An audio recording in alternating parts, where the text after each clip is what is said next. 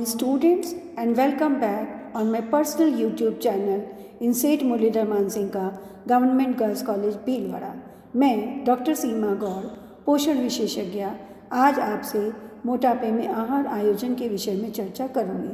पिछले अध्ययन सत्र में हमने मोटापे की परिभाषा, मोटापे के कारण, लक्षण तथा मोटापे की पहचान के बारे में परिचर्चा करी थी। आज के अध्ययन सत्र में हम मोटापे के कारण उत्पन्न होने वाली जटिलताएं, मोटापे का उपचार, पोषण संबंधी आवश्यकताएं, मोटापे में आहार व्यवस्था, मोटापे में खाने योग्य तथा प्रतिबंधित भोज्य पदार्थ, आहारीय सिद्धांत तथा मोटे पुरुष के लिए एक दिन का आहार आयोजन विषय पर चर्चा करेंगे। पहला, मोटापे के कारण उत्पन्न होने वाली जटिलताएं। जैसा कि हम सभी जानते हैं, मोटे पुरुषों का वजन सामान्य व्यक्तियों के मुकाबले बहुत अधिक होता है। उनकी टांगों की रचना व बनावट तो सामान्य लोगों की तरह होती है, किंतु शरीर का संपूर्ण भार उनकी पतली टांगों और श्रोणी मेखला को झेलना पड़ता है। इस मोटापे के कारण वे शारीरिक रूप से कार्य करने में सक्षम नहीं रहते। उपापचय संबंधी दोष। प्रायः मोटे पुरुषों का उपापचय लेवल BMR सामान्य लोगों के मुकाबले कम होता है, जिसके कारण उन्हें मधुमेह, एथेरोस्क्लेरोसिस, हृदय रोग इत्यादि रोग होने की संभावनाएं रहती हैं। कारण, मोटापे के दौरान कार्बोहाइड्रेट तथा वसा का उपापचय विकृत हो जाता है। हृदय संबंधित विकार। मोटापे के दौरान लाइपोजेनेसिस अर्थात लिपिड्स के निर्माण की प्रक्रिया लाइपोलाइसिस के मुकाबले अधिक होती है और लिपिड्स और फैट शरीर में जमा होने के साथ साथ रक्त की धमनियों में भी कोलेस्ट्रॉल और लिपिड्स के लेवल बढ़ जाते हैं, जिसके कारण हृदय संबंधित विभिन्न विकार जैसे कि हाई ब्लड प्रेशर, एथेरोस्क्लेरोसिस तथा हार्ट स्ट्रोक की संभावनाएं बढ़ जाती है। जीवन जीने की आशा कम होना अर्थात लो लाइफ एक्सपेक्टेंसी। मोटे पुरुषों को विभिन्न प्रकार की डीजेनरेटिव डिजीजेस जैसे कि डायबिटीज़ अर्थात मधुमेह रोग, एथेरोस्क्लेरोसिस व हृदय संबंधित बीमारियां घेर लेती हैं, जिसके कारण उनकी लाइफ एक्सपेक्टेंसी कम हो जाती है। गर्भकालीन विषाक्तता। मोटी गर्भवती स्त्री को गर्भकालीन विषाक्तता की संभावनाएं अधिक होती है, क्योंकि शिराओं के फूल जाने के कारण अर्थात वेरिकोसिटी ऑफ द वेन्स शरीर में स्वेलिंग आ जाती है और गर्भकालीन विषाक्तता के कारण महिला का सामान्य प्रसव या शिशु को सामान्य रूप से जन्म देना संभव नहीं हो पाता एवं शल्य क्रियाओं का उपयोग करना पड़ता है। शारीरिक क्रियाशीलता में कमी। हम सभी जानते हैं कि मोटापा अपने आप में शारीरिक अक्षमता तथा शारीरिक क्रियाशीलता में कमी को लेकर आता है, क्योंकि मोटे पुरुष व्यवहार से थोड़े आलसी और सुस्त प्रवृत्ति के हो जाते हैं और उनकी शरीर की चुस्ती फुर्ती और फुर्तीलापन कम हो जाता है और उनकी क्रियाशीलता में कमी आ जाती है। श्वसन संबंधित बीमारियाँ। मोटापा अर्थात चर्बी का जमाव व्यक्ति को श्वास लेने में भी परेशानी फेस करनी पड़ती है। जो उन इनएक्टिव मसल्स के कारण उनकी जो श्वसन संबंधी मांसपेशियां और फेफड़े इत्यादि होते हैं वो ढंग से कार्य नहीं कर पाते, निशक्त हो जाते हैं और उन्हें सीढ़ियाँ चढ़ते उतरते समय या थोड़ा सा भी तेज़ चलते समय सांस लेने में काफ़ी तकलीफ़ होती है। चर्बी या वसा का जमाव, हम बार बार बात कर रहे हैं, मोटापा है ही चर्बी अर्थात वसा का जमाव। मोटापे के दौरान शरीर के विभिन्न हिस्सों विशेषकर स्तन, पेट, शोल्डर्स अर्थात कंधे, हाथों, ऊपरी मध्य भुजा, थाइज, नितंब इत्यादि में चर्बी का जमाव बहुत अधिक हो जाता है, जिसके कारण व्यक्ति देखने में कुरूप एवं भद्दा सा भी लगता है। दुर्घटना की संभावना। क्योंकि मोटे व्यक्ति में चुस्ती फुर्ती थोड़ी कम होती है, तब विशेष इमरजेंसीज के दौरान वे अपना बचाव करने में सक्षम नहीं रहते और ऐसे लोगों के लिए दुर्घटना की संभावनाएं अधिक होती हैं, एक्सीडेंट्स की संभावनाएं बढ़ जाती हैं। मोटापे का उपचार। मोटापे का उपचार करने के लिए पहला उपचार है भोजन पर नियंत्रण करना, जिसके बारे में हम डिटेल में इसी वीडियो सत्र में पढ़ेंगे। दूसरा है भूख कम करने की दवाइयाँ। कुछ दवाइयाँ ऐसी आती हैं जो कि मस्तिष्क के ब्रेन में भूख के केंद्र को उत्तेजित करती है तथा इन दवाइयों के सेवन से भूख का एहसास कम होता है और हम भोजन कम ग्रहण करते हैं और फलस्वरूप एनर्जी का इंटेक कम होता है। दूसरा, थायराइड ग्रंथि। कुछ दवाइयाँ ऐसी होती हैं जो थायराइड ग्रंथि के स्रवण पर नियंत्रण करती हैं और वजन को घटाती हैं। इस प्रकार की दवाइयाँ हाइपोथायराइडिज्म में भी दी जाती हैं। डाईयूरेटिक दवाइयाँ। डाईयूरेटिक दवाइयों के उपयोग से मल व मूत्र अधिक मात्रा में, विशेषकर मूत्र अधिक मात्रा में बनता है, जिससे अवांछित जल शरीर में इकट्ठा नहीं हो पाता और डाईयूरेसिस के कारण जल का उत्सर्जन मूत्र के रूप में होता रहता है और शरीर में स्वेलिंग या पानी का एकत्रण कम होता है और मोटापे पर प्रभाव पड़ता है। किंतु ये सभी दवाइयाँ चिकित्सक की देख रेख में परामर्श से ही लेनी चाहिए, अन्यथा ये नुकसान भी कर सकती हैं। तीसरा, फॉर्मूला आहार।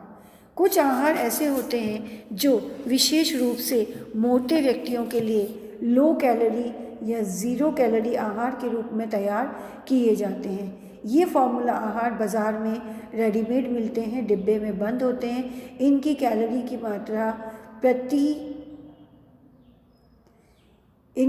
की मात्रा कम होती है।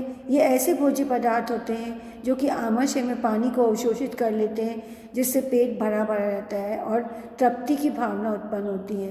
प्रायः ये आहार फाइबर रिच आहार होते हैं और इनका उपयोग वजन घटाने के लिए किया जाता है। फॉर्मूला आहार का उपयोग भी आप चिकित्सक की देखरेख में परामर्श से ही करें। व्यायाम। मोटापा का अति महत्वपूर्ण कारक शारीरिक क्रियाशीलता में कमी है, अतः मोटापे को कंट्रोल करने के लिए व्यायाम या एक्सरसाइज द्वारा शरीर में जमा चर्बी या वसा को ऊर्जा के रूप में खर्च करना अत्यधिक ज़रूरी है। विभिन्न प्रकार के व्यायाम जैसे कि ब्रिस्क वॉक, तेज़ चलना, दौड़ना, जॉगिंग करना, रस्सी कूदना, तैरना, साइकिल चलाना इत्यादि मोटापे को कंट्रोल करने के लिए बहुत ही लाभदायक है।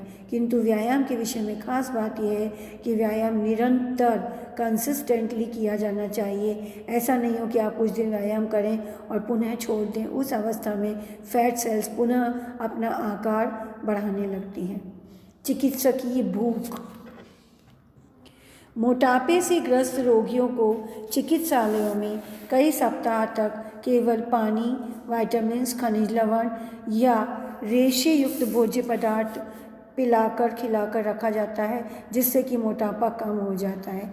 इस प्रकार की चिकित्सा आयुर्वेद या प्राकृतिक चिकित्सालयों में की जाती है तथा ऐसे लोगों को केवल वसा रहित सूप पिलाकर या अत्यधिक रेशम जल युक्त भोज्य पदार्थों को खिलाकर विभिन्न स्टडीज़ की गई हैं, जिसमें कि स्टडीज़ के दौरान उनके भार में अपेक्षित कमी आई है।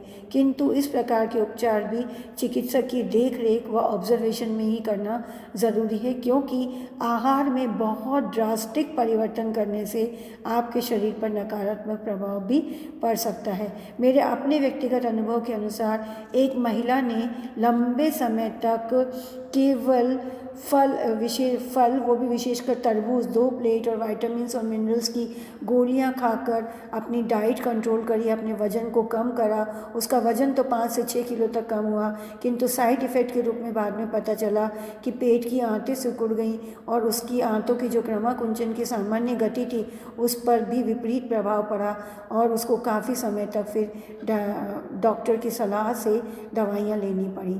तो स्ट्रिक्ट डाइटिंग अपने आप से कभी भी नहीं करनी चाहिए। मोटापे को कंट्रोल करने के लिए हमेशा चिकित्सक की सलाह से ही करनी चाहिए। रेशेदार भोज्य पदार्थ। हम सभी जानते हैं कि रेशेदार रेशे अर्थात फाइबर का कैलोरी मूल्य 0 होता है और भोजन में जितना अधिक रेशा होगा उसकी कैलोरी मूल्य उतना ही कम होगा।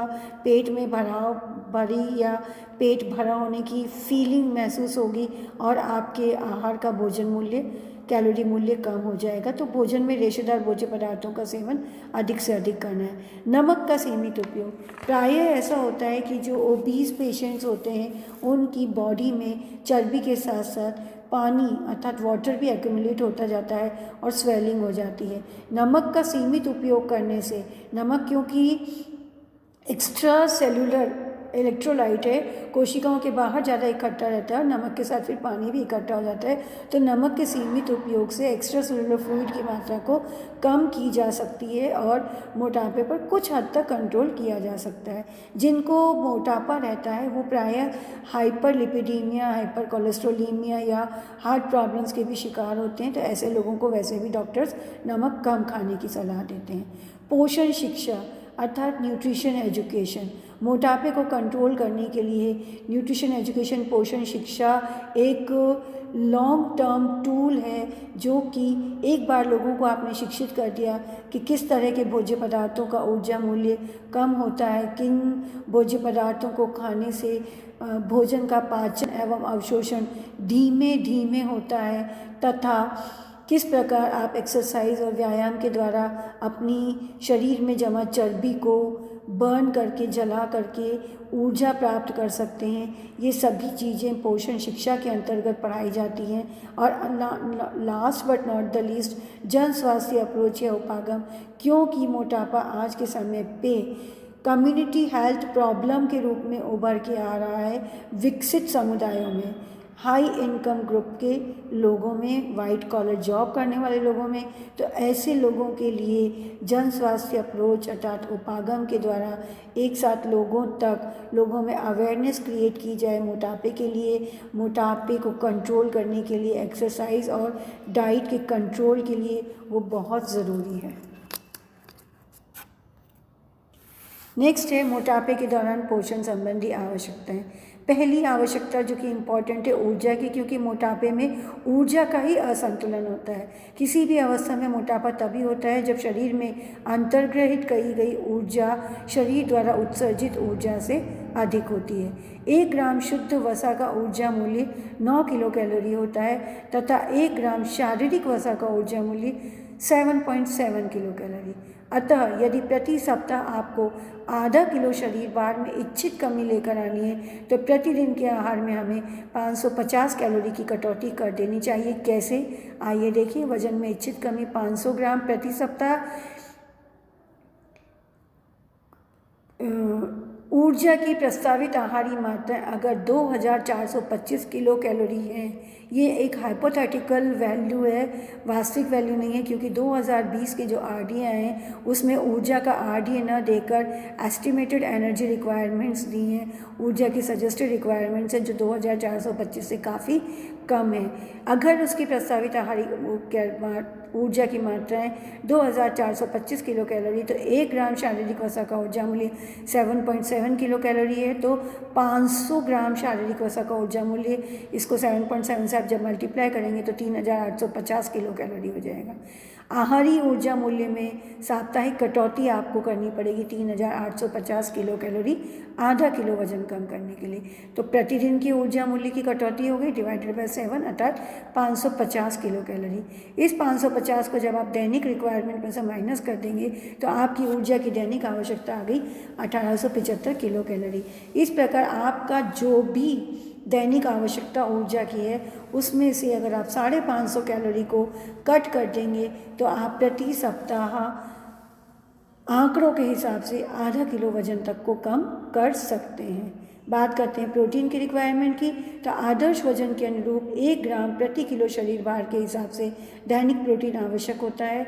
दैनिक आहार में कुल ऊर्जा का 20% भाग केवल और केवल प्रोटीन से प्राप्त होना चाहिए तथा आहार में प्रोटीन की उपयुक्त मात्रा न केवल भोजन को संतुष्टि प्रदान करती है बल्कि पोषण स्तर को भी उत्तम बनाए रखती है। वसा, मोटापे में वसा तथा वसी पदार्थों की मात्रा कुछ कम कर देनी चाहिए। आहार में कुल ऊर्जा का 15 से 20% भाग वसा द्वारा उपलब्ध होना चाहिए तथा भोजन में वसा का उपयोग भी असंतृप्त वसा के रूप में अधिक करें एवं संतृप्त वसा घी, क्रीम, मक्खन इत्यादि के रूप में कम से कम करें, जिससे हृदय संबंधित बीमारियों का खतरा नहीं हो। 15 से 20% वसा की जो हमने कही कि ऊर्जा मूल्य 15 से 20% ऊर्जा केवल और केवल वसा से मिलनी चाहिए। ये दृश्य और अदृश्य वसा दोनों को मिलाकर है कुल वसा के द्वारा। कार्बोन, आहार में कुल ऊर्जा का 60 से 65% आपूर्ति कार्बोहाइड्रेट के द्वारा होनी चाहिए और दैनिक आहार में कार्बोस का उपयोग सरल शर्करा व मिठाइयों के रूप में न्यूनतम, क्योंकि सरल शर्करा बहुत जल्दी ही पचित और अवशोषित हो जाती है और ग्लूकोज के स्तर को बढ़ाती है, रक्त के ग्लूकोज के स्तर को। तो आपको सरल शर्कराएँ और मीठे व्यंजन कम से कम लेने हैं और जटिल स्टार्च और आहारी रेशे जैसे कि सेल्यूलोज, हेमीसेल्यूलोज, गोन, रेजिन इत्यादि का उपयोग अधिकतम करना है। विटामिन्स की जब हम बात करते हैं तो आहार में विटामिन बी समूहों की आवश्यकता ऊर्जा के हिसाब से होती है, जैसे थायमिन की आवश्यकता 0.5 मिलीग्राम, राइबोफ्लेविन 0.6 मिलीग्राम तथा नियासिन 6.6 मिलीग्राम प्रति 1000 किलो कैलोरी ऊर्जा के लिए ज़रूरी है। आहार में न्यून ऊर्जा युक्त ताज़े फल व सब्जियों का उपयोग बढ़ाकर हम जल विलेय विटामिनों की आपूर्ति आसानी से कर लेते हैं। आहार में वसा का उपयोग कम करने से प्रायः वसा विलेय विटामिनों की कमी का खतरा रहता है। खनिज लवण आहार में साधारण नमक के रूप में सोडियम के उपयोग में कमी लाने से कई बार मोटे व्यक्तियों के वजन में गिरावट लाई जा सकती है। शरीर में सोडियम की अधिक मात्रा शरीर जल धारण को बढ़ावा देती है, इसीलिए नमक को कम करके शरीर में सोडियम की मात्रा कम से कम करें तथा शारीरिक जल धारण को भी कम करें, शरीर का वजन भी कम होगा। आहारी रेशा डाइटरी फाइबर आहार में रेशे का उपयोग अधिकतम होना चाहिए। मोटे व्यक्तियों को अपने आहार में न्यून ऊर्जा युक्त रेशे वाले भोज्य पदार्थ, हरी पत्तेदार सब्जियां, फल, सब्जियों का सलाद, साबुत अनाज, साबुत दालों का उपयोग बढ़ा देना चाहिए। रेशे युक्त आहार का ऊर्जा घनत्व, कैलोरी डेंसिटी कम होती है। यह आहार विटामिन व खनिज लवणों से भरपूर होता है। आहार की स्थूलता अर्थात आयतन बल्क को बढ़ाकर भोजन से संतुष्टि देता है, जिससे भूख कम लगती है।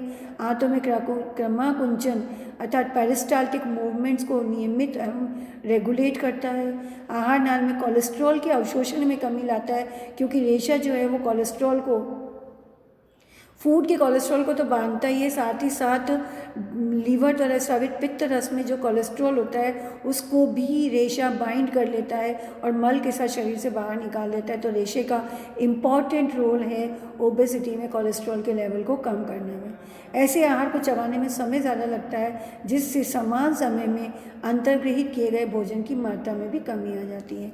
भोजन में ऊर्जा, वसा व सरल शर्करा के उपयोग में कमी आती है। रेशों का उपयोग बढ़ाने से आहार के पाचन एवं अवशोषण की दर में भी गिरावट आती है। चूँकि रेशा भोजन के पाचन और अवशोषण में इंटरफेयर करता है, हिंड्रेंस, बाधा पैदा करता है, जिसके कारण कार्बोहाइड्रेट का पाचन धीरे धीरे होता है। तो कार्बोहाइड्रेट के पाचन के फलस्वरूप बनने वाले ग्लूकोज के अवशोषण की गति भी कम हो जाती है और जब ग्लूकोज का अवशोषण धीमे धीमे होगा तो रेशेदार भोज्य पदार्थों के आहार से ग्लाइसेमिक इंडेक्स में गिरावट आती है, जो कि डायबिटिक पेशेंट्स के लिए बहुत ही महत्वपूर्ण योगदान है, जिससे उनकी ब्लड ग्लूकोज कंट्रोल में रहती है। मोटापे में दैनिक आहार में कुल रेशे, घुलनशील तथा अघुलनशील रेशों का उपयोग 30 से 40 ग्राम प्रतिदिन तथा अपरिष्कृत अर्थात क्रूड फाइबर का उपयोग 15 से 20 ग्राम प्रतिदिन तक आप कर सकते हैं। बात करते हैं जल की। दैनिक आहार में 2 से 3 लीटर जल शर्करा मुक्त तथा शुगर फ्री न्यून ऊर्जा युक्त पेय पदार्थ या नमकीन पेय पदार्थ जैसे कि शिकंजी है, फलों के रस, बिना ग्लूकोज और बिना शर्करा के छाछ, क्लियर सूप, मलाई उतरे दूध इत्यादि का उपयोग करना चाहिए। अल्कोहल आहार में अल्कोहल का उपयोग एकदम वर्जित है, क्योंकि अल्कोहल में 7 किलो कैलोरी ऊर्जा प्रति 100 ml अल्कोहल से मिलती है और पश्चिमी सभ्यता के अनुरूप अल्कोहल आवश्यक भी हो तो भी दैनिक भोजन में ऊर्जा मूल्य को ध्यान में रखते हुए उपयोग करना चाहिए। मैंने अभी बताया अल्कोहल का ऊर्जा मूल्य प्रति ग्राम 60 किलो कैलोरी होता है। तो इस प्रकार अगर आपने आहार में 100 ग्राम अर्थात 100 मिलीलीटर अल्कोहल का उपयोग किया तो आहार में 700 किलो कैलोरी ऊर्जा की कटौती दैनिक रूप से आपको करनी चाहिए। मुझे आशा है कि आज के वीडियो सत्र में हमने जो मोटापे के कारण उत्पन्न होने वाली जटिलताएं तथा मोटापे के दौरान पोषण संबंधी आवश्यकताओं के विषय में चर्चा करी, वो आपको भली भांति समझ में आ गई होंगी। धन्यवाद।